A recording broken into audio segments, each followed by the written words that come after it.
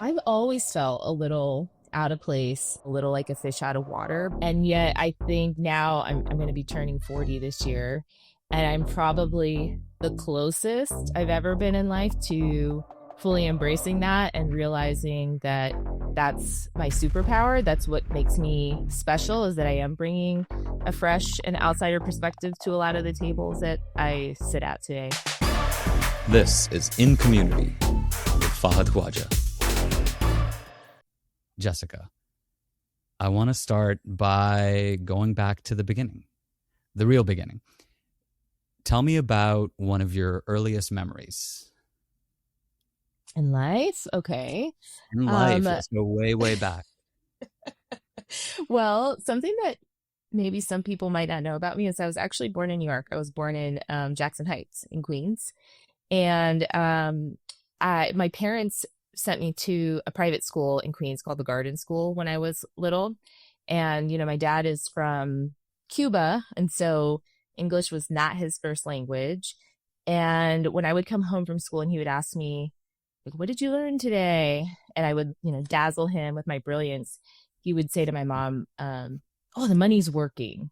And so that mantra has just like kind of always stayed with me. When something's working, I'm like, oh, money's working. That's one of my earliest childhood memories, was like impressing my dad with my kindergarten brilliance. I like that. The money's working. I'll be honest, I haven't heard that, but I think I need to start using that every single day.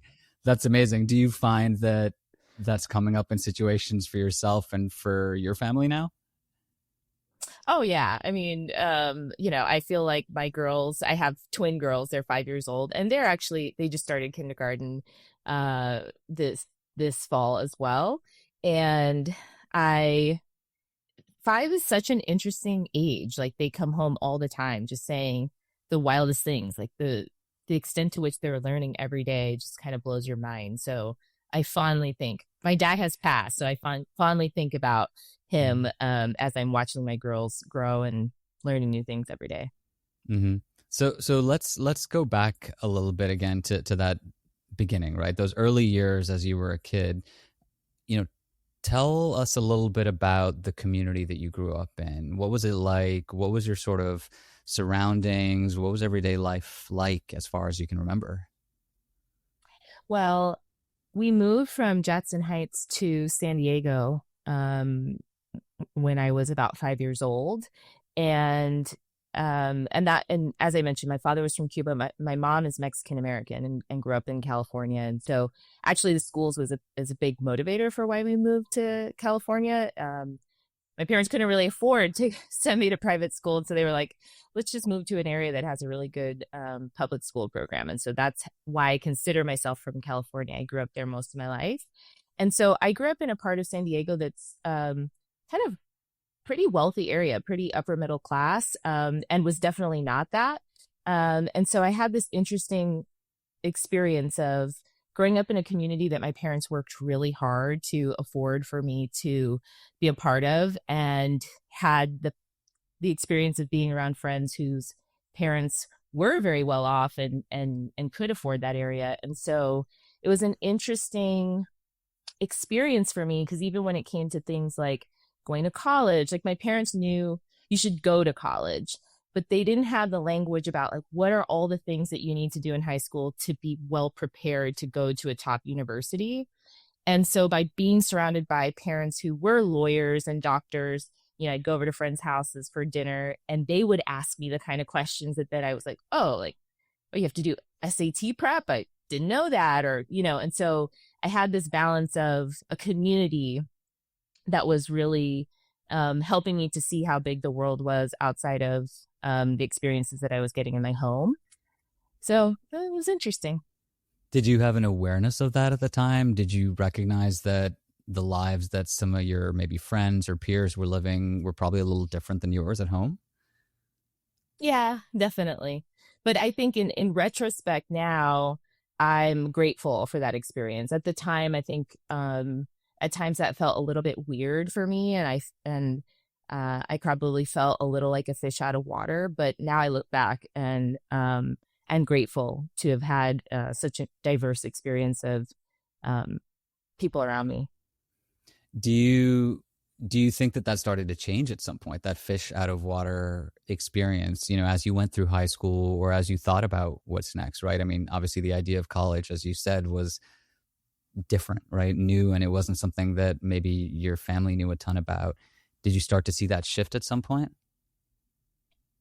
I've always felt a little out of place. And yet I think now I'm going to be turning 40 this year, and I'm probably the closest I've ever been in life to fully embracing that and realizing that in some ways that's my superpower. That's what makes me special, is that I am bringing a fresh and outsider perspective to a lot of the tables that I sit at today. I love that. By the way, you went ahead and answered the question in advance. I mean, what's your superpower is one question I always ask because we all have superpowers, and for me it is the way you just described it. The thing that makes you stand out is what makes you outstanding, and I think that's a great way to do it. So, when did you start to recognize that superpower? Was that something that you found early on, or has that been something more recent? It's definitely something that others saw in me at times when I didn't. And I can look back now and see lots of times where people reached back and pulled me forward. I can tell you lots of, different moments. I remember when I was an associate at Taco Bell, one of my first like big girl jobs, and being in a room with a bunch of executives, and I came in and I like sat in a little chair in the corner. And I remember one of the senior directors who looked at me and he was like, if you were invited to this meeting, it means that you have a seat at the table.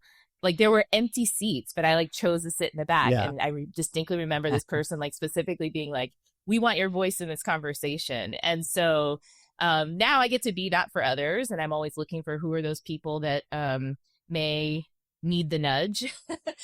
But also, I'm that voice for myself today and can remind myself, if I'm here, I'm meant to be here, and it's my responsibility to speak up. And as a marketer, that's how that superpower extends to the consumer. Is my role as a marketer is to be constantly listening for what is, in the restaurant business we call them guests. What is the guest pain point, and then what is that intersection where we as a brand can help solve that pain point. Yeah, and it's so interesting because we often talk about having a seat at the table, and in this case, it was very literal, right? They're like, "No, we have a seat at this table. We want you in it, and then we want to hear what you have to say." Was that uncomfortable at all in those early years? And as you were in that role and you were a little more junior, or did you once you got that seat, were you like, "No, I feel like this is the place for me." It's definitely the place for me. Mhm. And so I've always felt excited to share, especially when it comes to the voice of the consumer.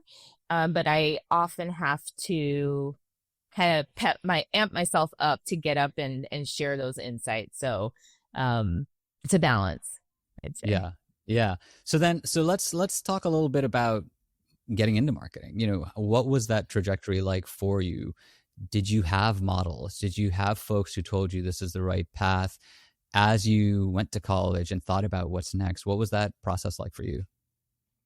Well, I always knew I wanted to get into marketing. I don't know that I had those words, but I was, as a kid, really interested in commercials, which is so oddly specific. I don't know. I was a latchkey kid. I watched a lot of TV and I love commercials. And so I think I wanted to be a copywriter. But then when I got into school, I just kind of studied more broadly business administration because I knew that, that I was heading in the right direction. And then as I tried to figure out the whole agency landscape, I really didn't have the right kind of mentors. I never kind of found my way with how to knock on those doors. And the limited understanding that I had was that you kind of had to cut your teeth as an unpaid intern. And that just really was not going to work for me and my financial situation. And so I got into sales. So I started out as a sales rep for Nabisco. I used to build like cookie and cracker displays in grocery stores. And then I moved my way through that organization, which at the time, Nabisco was a division of Kraft. And so I got to move around through Kraft. And one of the most meaningful stops on that journey was in Bentonville. So I actually lived in Bentonville, Arkansas for a little bit. And that's what really exposed me to brand management because with Walmart being, one of the largest grocers in the US, all the brand managers from headquarters would come and present their annual plans. And at one point, they even had this rotational program for associate brand managers, and they would get assigned like a 6 week rotation at one of these national retailers. And so an ABM was assigned Bentonville, which at the time was perceived as getting kind of a short stick of all the places that you could be stationed. And so they were like, make sure that this person has a good time. That was like assigned to me. And so I spent 6 weeks hanging out with this young woman who was an ADM. And I was like, oh, what she does is really cool. I want to do that. And so through that, I realized at that time you needed to have an MBA to really pursue kind of a traditional track within brand management. So I went back to school, did that, and then I started my career as an ABM at Dole. So I continued in the grocery space before I made my transition to QSR. Yeah, and we have that part in common. You know, when I got my master's, it was for the same reasons. It was because I wanted to get into brand management. And at the time, thankfully things have changed, but at the time, Yeah, no one was going to even have a conversation with you if you didn't have an MBA, right? If you were for trying to go to sure. the brand side. And again, I think it's great that we've come a long way since then.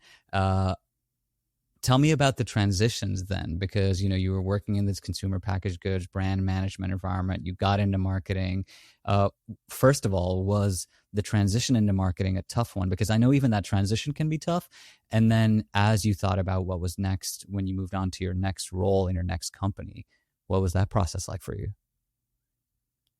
It was tough. I think the fact that I had the Walmart experience, which, on the personal side, moving to Bentonville was challenging, but professionally, it opened a lot of doors for me.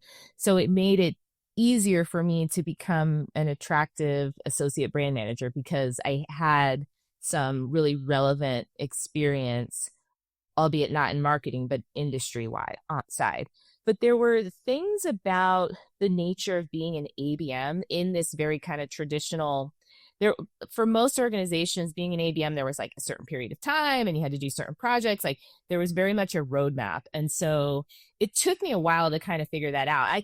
Again, I think of another like somebody kind of pulling me forward experience was I had kind of a mentor that was maybe she was the senior ABM. She was a bit ahead of me. And we were in a meeting talking about social media, which at that time was early days Instagram. And she was like, oh yeah, Jessica can like send you some ideas about that. And I like knew nothing about social media, especially like from a brand perspective. And I was like, I don't know how to do that. And I just remember she looked at me and she was like, figure it out.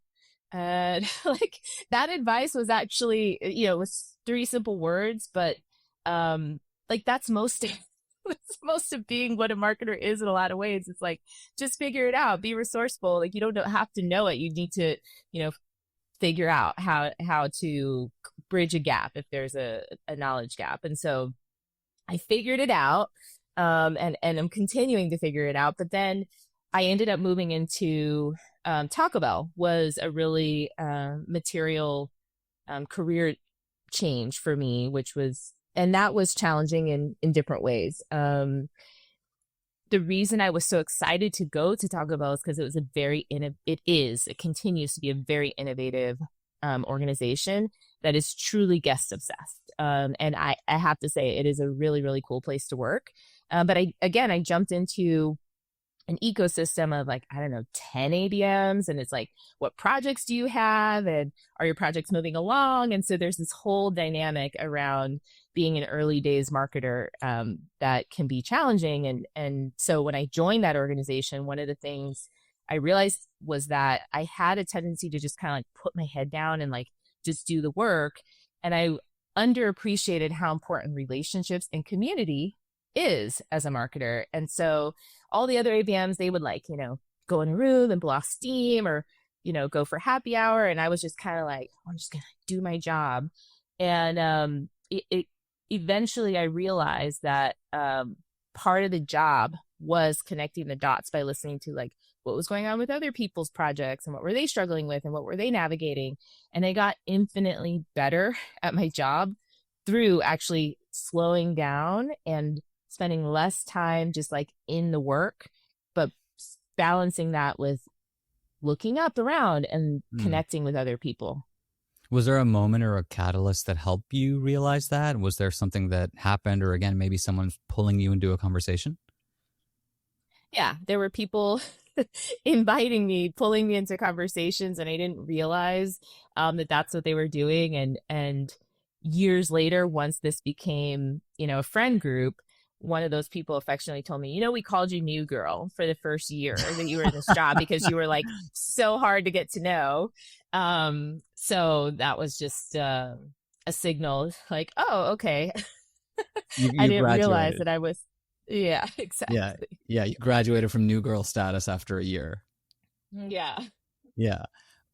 Is there a project in, your marketing career, right? As you started, as you got into that ABM, associate brand manager role, that you think first helped you showcase your talent or spread your wings? Is there something that really helped show who you are? Very much so. I feel like I talk about this a lot, but it was really foundational to my career, which is that I launched Diablo Sauce at Taco Bell. That was my real first kind of project that I owned soup to nuts. And I was lucky on that one because sauce packets are not something that you sell. They're a cost, right? It's essentially ketchup. It's something that you give away. And so I would say it wasn't like a high priority initiative, but my culinary partner had a passion project that he wanted to develop a new sauce for Taco Bell. So they're like, okay, give it to the new girl. And she can work on it with you. And so it wasn't a part of the organization that was like, well, resource, all the other projects, it's like you do focus groups and there's a whole process for developing something. But for sauce, it was just kind of like, let us know if you guys stumble upon anything fun and we'll consider it. So again, starting with the guest in mind, and this was 2014. So the millennial was actually the target customer. Now we always talk about Gen Z, but back then it was all about capturing the hearts and minds of millennials. And one of the insights was that millennials were really a diverse cohort of consumers who had a very diverse palate and were very open to spice. And the reality was that Taco Bell's sauce was just really not that spicy. So the insight was, how could we develop a sauce that was 3 times hotter than fire? So partnered with my culinary partner, Steve Gomez, on that formulation. And then we had a widget, a spicy sauce, and it needed a name. I named it Diablo. That was a little bit of a controversial decision given, the literal translation of it in Spanish, but was able to kind of bring the organization along and make it happen.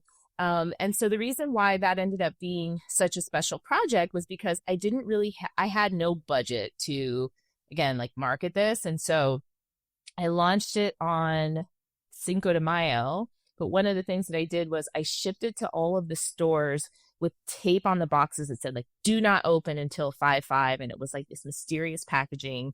And I had like little window clings that put on the drive-throughs that said like, something spicy is coming on 5/5. And I worked with the social team. I begged the social team to let me put sauce packets in like FedEx boxes and send it to, back then they were like YouTubers, and just say like, take the Diablo challenge, like how many can you eat in a minute?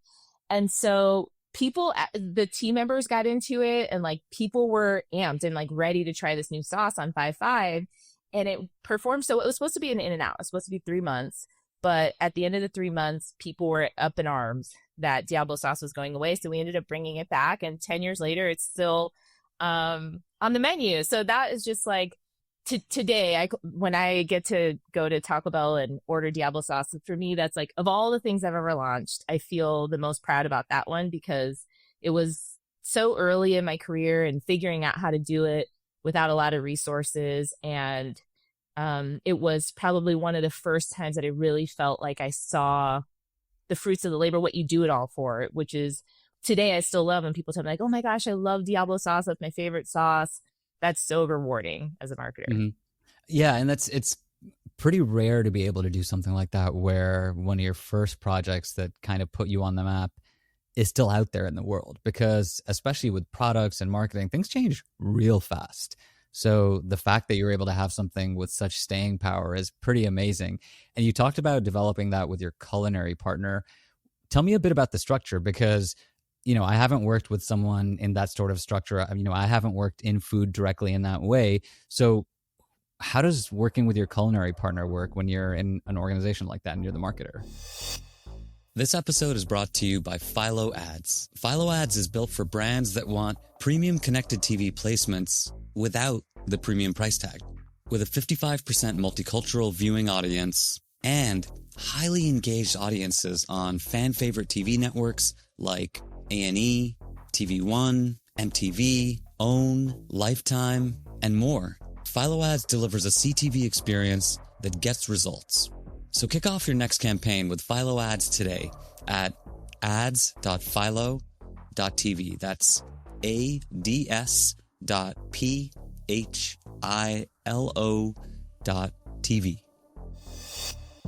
It's critical.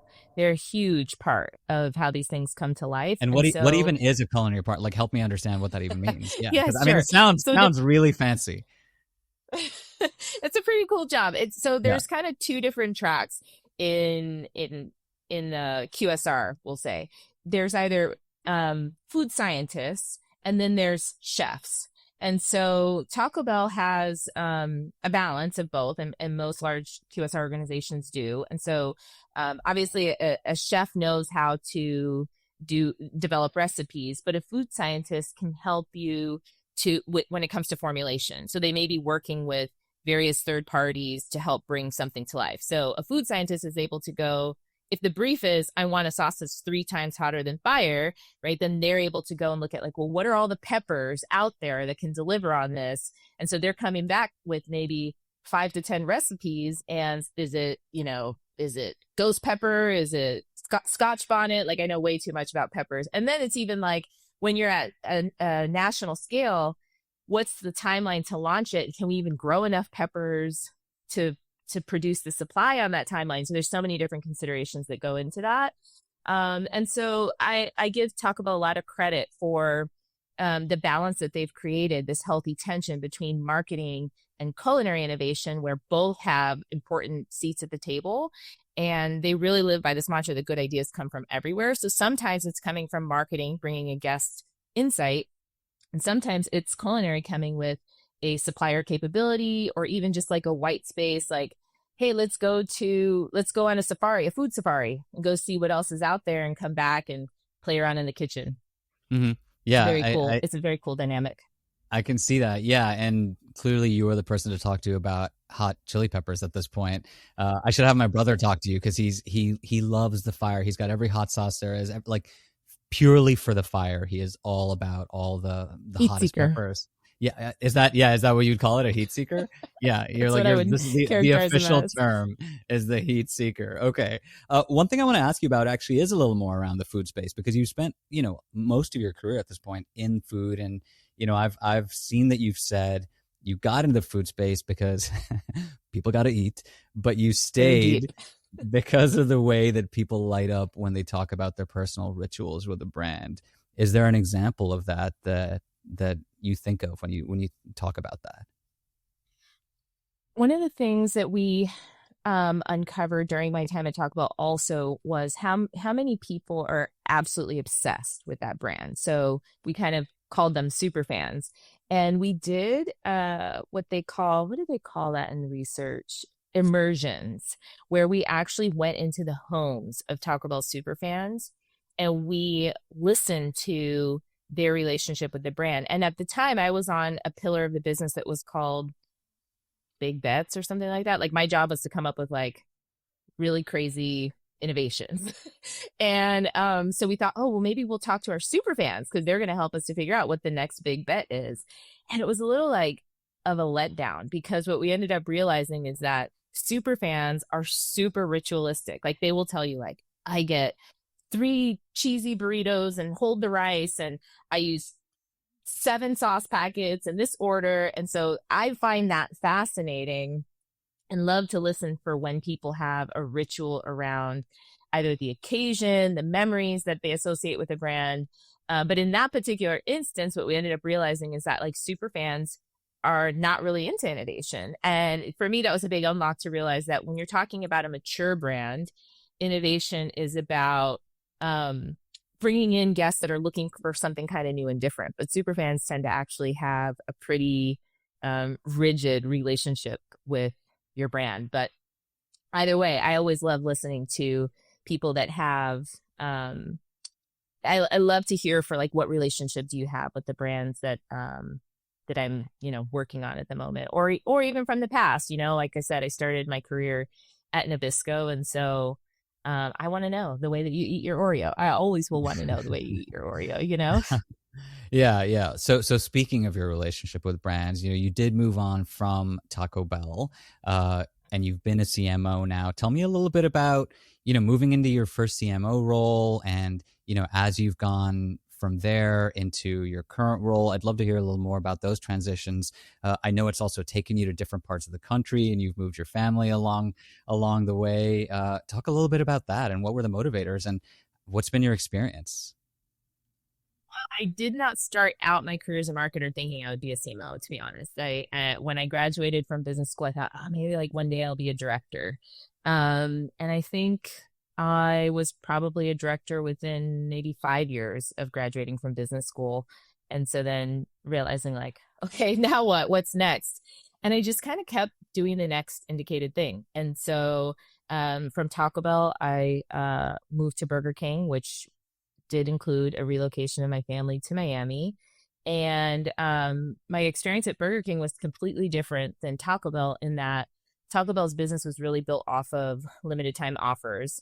And Burger King's business had been operating off of that. But the insight that I gleaned when I joined the organization was actually the brand kind of needed to remind people of the core. So I spent quite a bit of time on a core classic strategy, which was about putting the Whopper back on TV and showcasing some of the innovations that had kind of put the brand on the map and making that core customer fall back in love with Burger King.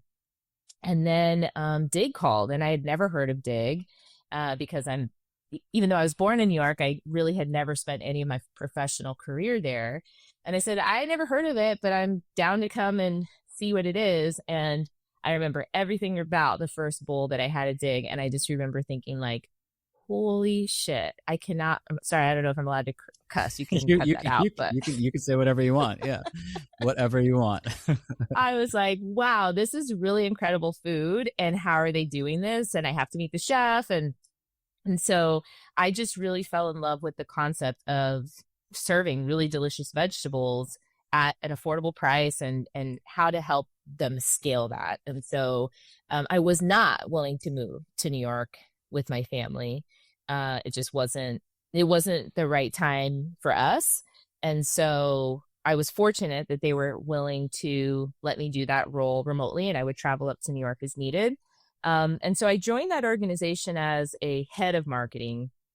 And then through a series of wins, that role ended up growing to be a chief marketing officer. And one of those wins was actually taking culinary under the umbrella of marketing. So in the food organizations, sometimes it's a separate team and sometimes it rolls up under marketing. And because of some of the wins that I had in helping the brand to think outside of the bowl, so to speak, it became clear that I had an opportunity to actually lead the culinary strategy as well. And so that was my first role as a CMO.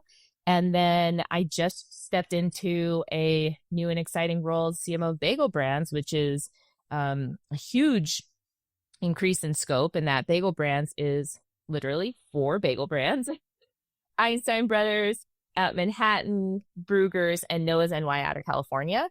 So there's almost 1,000 throughout the US. And so I'm in week 5, so pretty early on in it. But, again, as a marketer, I was listening as I was evaluating this opportunity for, well, what's the opportunity here? And what really excited me about it was seeing that these are brands that get a lot of credit for quality, but have an opportunity to build awareness and relevance and brand love. And so as a marketer, it's like, that's like perfect. It is like chef's kiss. Like, yes, we have a quality product and we have a positioning opportunity. Like, I'm so ready for that. So that's what I'm heads down at the moment, trying to understand that guest and figure out what that means for the future forward strategy. Does this mean there's more travel in your future then, with 1,000 locations all over? Yes and no. I mean, the travel that I was doing for Dig In was a pretty steady kind of back and forth up the East Coast just to spend time in the restaurants or, photo shoots and that kind of thing. But now I'll have I failed to mention I relocated my family to Denver for this opportunity. And so while I will be working in an office, I'll definitely need to be doing a little bit of a listening tour to begin with to wrap my arms around the nuances of these four different brands. And how has Denver been so far? It's been great. If you would have asked me, a year ago, would you ever move your family to Denver? I think the short answer would have been no. It just wasn't on my radar. It's not a place that I've spent really much time at all. But as I was evaluating the opportunity, my husband and I had the chance to go out and spend some time in Denver and realize, like, you know what, I think we could see ourselves here. And so, still early, and I did move during late summer. So check back in with me after the winter. I'll let you know how it's going. Yeah, have you ever lived anywhere where there's a serious, real winter? Not for any meaningful period of time other than my early childhood. And I did do a semester abroad in Copenhagen. So that was pretty hardcore, but it was just one semester. Wow, no, Copenhagen gets cold, so I hear you. I mean, it's Yeah, beautiful when it's warm, but don't ask me to come when it's cold. All right, I'm sending warm thoughts your way just to thank ease you you. into the weather. We'll see if that works. So related to your move then, and knowing that you have so much going on, right? You have, two kids, as you mentioned, you've got twins, which is a whole other crazy, crazy sort of set of responsibilities. How do you make sure that you're staying healthy and taking care of your health and well-being every day? That's a great question. It's not asked or talked about enough. So, I mean, at the end of the day, it's really about the three things, right? Diet, exercise, and sleep. On any given day, I'm probably not doing one of those things to the best of my ability. So I'm always trying to make sure I have a balance of those things. I think one of the things that I've learned about myself is I do need a lot of rest. And I'm married to somebody who doesn't.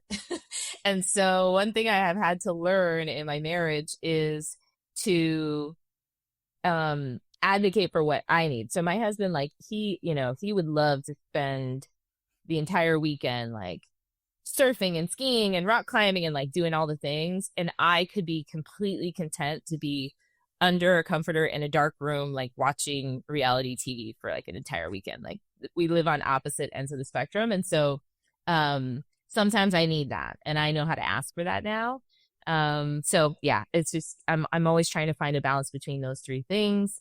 But most importantly is making sure that I am taking time to do nothing, because that really recharges me. Yeah, I feel you. And I think not enough of us really do nothing at any time. And it's tough when you have kids, you have responsibilities, but even a bit of time to yourself does make a difference to just reset a bit, right? Yeah, for sure. Yeah. So, what is one of those shows that you tend to have on your radar all the time, right? Or is there something you've been watching recently that jumps out since you're talking Oh my reality TV? gosh. This I is a am safe really space. You can into, say it. is Yeah. it? Okay. Yeah. Yeah. This is a safe I'm space. I'm really into 90 Day Fiance. Have you ever seen it, or are you familiar with the I concept? haven't, but I know the premise. Yeah, tell me what is it about 90 Day Fiance?